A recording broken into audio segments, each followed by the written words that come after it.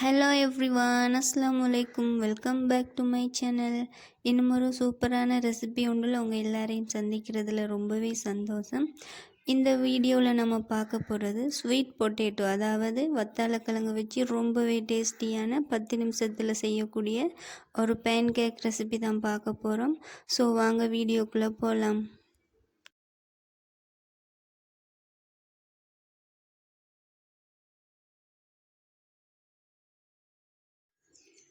இந்த pan cake செய்கிறதுக்கு நான் 200 கிராம் வத்தாளக்கிழங்கு எடுத்திருக்கேன். இந்த கிழங்கை நான் கழுவி நல்லாவே வாஷ் பண்ணி வச்சுருக்கேன். இதை வேக வச்சு எடுத்துக்கொள்ளலாம். ஒரு பாத்திரத்தில் கிழங்கை சேர்த்துட்டு அதை வேகக்கூடிய அளவுக்கு தண்ணி சேர்த்துக்கொள்ளுங்க. சேர்த்துட்டு தேவையான அளவு உப்பு சேர்த்துக்கொள்ளலாம். ஒரு 5லேருந்து 7 நிமிஷம் வரைக்கும் நான் வேக வச்சு தோல் உரித்து வச்சுருக்கேன். பாருங்கள், இந்த மாதிரி நல்லாவே வேக வச்சு எடுத்துக்கொள்ளுங்க. இந்த கிழங்கு அவிகிறதுக்கு அதிக டைம் எடுக்காது. நாம் கிழங்கை மேஷ் பண்ணி எடுக்கிற அளவுக்கு வேக வச்சு எடுத்துக்கொள்ளுங்க. அடுத்ததாக இந்த மாதிரி மேஷ் பண்ணி எடுத்துக்கொள்ளலாம். உங்களுக்கு கைகளால் மேஷ் பண்ணுறது கஷ்டம்னா தாராளமாகவே பிளெண்டர் யூஸ் பண்ணலாம். பாருங்கள், இதே மாதிரி மேஷ் பண்ணி எடுத்துக்கொள்ளுங்க. வீடியோவில் பார்த்தாலே விளங்கும். அடுத்ததாக இதுக்கு நான் 1/4 கப் அளவு ரவை சேர்த்துக்கொள்கிறேன். வறுத்த ரவை, வறுக்காத ரவை எது வேணாலும் சேர்த்துக்கொள்ளலாம். இப்போ 3 டேபிள் ஸ்பூன் சீனி சேர்த்துக்கொள்ளலாம். கிழங்குல இனிப்பு இருக்கிறதுனால நான் 3 டேபிள் ஸ்பூன் சீனி சேர்த்துக்கொள்கிறேன். உங்களுக்கு இனிப்பு அதிகமாக தேவைப்பட்டால் எக்ஸ்ட்ரா 1 டேபிள் ஸ்பூன் சேர்த்துக்கொள்ளுங்க. இந்த பேன் கேக் செய்கிறதுக்கு முக்கியமாக பால் தேவைப்படும். காய்ச்சின பால், காய்ச்சாத பால் எது வேணாலும் சேர்த்துக்கொள்ளலாம். நான் இன்றைக்கு 2 டேபிள் ஸ்பூன் மில்க் பவுடரை 1/2 கப் அளவு தண்ணி சேர்த்து கரைச்சிட்டு லைட்டாக சூடு பண்ணிட்டு தான் நான் இப்போ இதுக்குள்ளே சேர்த்துருக்கேன். பாலை கொஞ்சம் கொஞ்சமாக சேர்த்து மிக்ஸ் பண்ணி எடுத்துக்கொள்ளுங்க. ஒரே தரத்தில் சேர்த்திடாமல் கொஞ்சம் கொஞ்சமாக சேர்த்து மிக்ஸ் பண்ணி கொள்ளணும். இந்த மாதிரி மிக்ஸ் பண்ணி கொள்ளுங்க. பாருங்கள், வீடியோவில் பார்த்தாலே விளங்கும். அள்ளி ஊற்றும் போது இந்த மாதிரி கன்சிஸ்டன்சியில் இருக்கணும்.